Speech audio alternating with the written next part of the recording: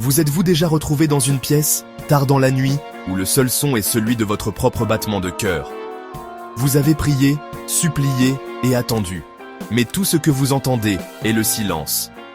On dirait que vos paroles rebondissent sur le plafond, l'espoir s'estompant à chaque prière sans réponse.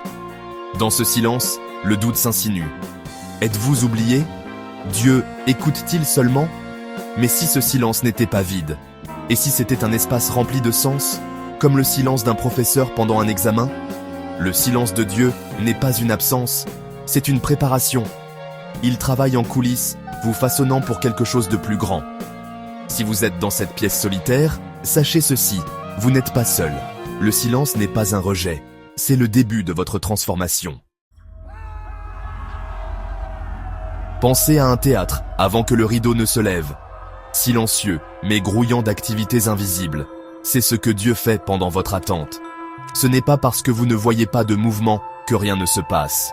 Dieu est le maître réalisateur, arrangeant chaque détail, mettant en place les gens et les circonstances. Son silence est stratégique, pas négligent. Comme une tapisserie, nous voyons des fils emmêlés, mais Dieu voit le chef-d'œuvre. Chaque épreuve, chaque retard est tissé avec un but.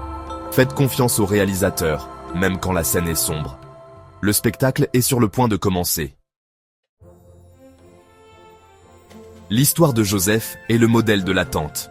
Ayant reçu un rêve adolescent, il a affronté la trahison, l'esclavage et la prison avant que la promesse ne se réalise.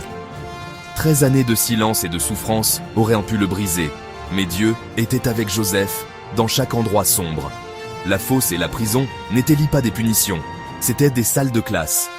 Joseph a appris le leadership, l'humilité et la confiance dans le timing de Dieu.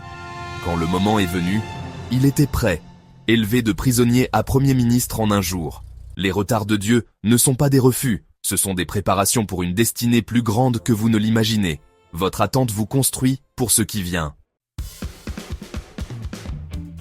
David a été oint roi, mais au lieu d'un trône, il a eu des années de cachette et de difficultés.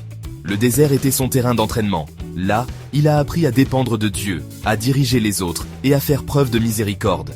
Les grottes ont façonné son caractère plus que n'importe quel palais n'aurait pu le faire. Dieu était plus intéressé par le cœur de David que par sa position. L'attente a dépouillé l'orgueil et l'autonomie, forgeant un roi selon le cœur de Dieu. Votre désert n'est pas gaspillé, c'est là que Dieu vous prépare à votre appel. Laissez l'attente vous façonner, pas vous briser. Chaque promesse a un poids. Si Dieu l'a donnée trop tôt, elle pourrait vous écraser. L'attente est votre zone de construction. Dieu bâtit votre fondation, renforçant votre foi et votre caractère. Comme un haltérophile, vous devenez plus fort à chaque épreuve et défi.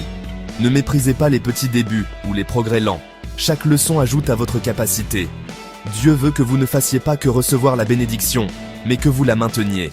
L'attente vous rend assez fort pour ce qui vient. La plus grande leçon de l'attente est la dépendance à Dieu seul. Quand vos plans échouent et que vos forces s'épuisent, vous découvrez sa suffisance. Le silence enlève vos béquilles, ne laissant que lui. La vraie intimité se trouve quand vous aimez Dieu pour qui il est, pas seulement pour ce qu'il donne. Quand la percée viendra, vous saurez que c'était tout lui.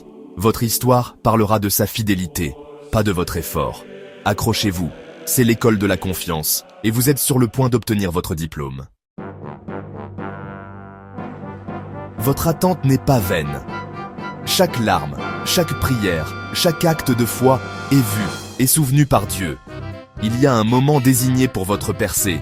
Le timing de Dieu est parfait. Quand cela arrivera, ce sera soudain et à couper le souffle. N'abandonnez pas maintenant. Vous êtes plus proche que vous ne le pensez. Tenez ferme, déclarez les promesses de Dieu et adorez dans la tempête. Votre louange est une arme, votre histoire un phare pour les autres. La profondeur de votre lutte deviendra la hauteur de votre témoignage. Dieu vous prépare à être une bénédiction, pas seulement à en recevoir une. Levez la tête, votre témoignage est en devenir, et il sera magnifique.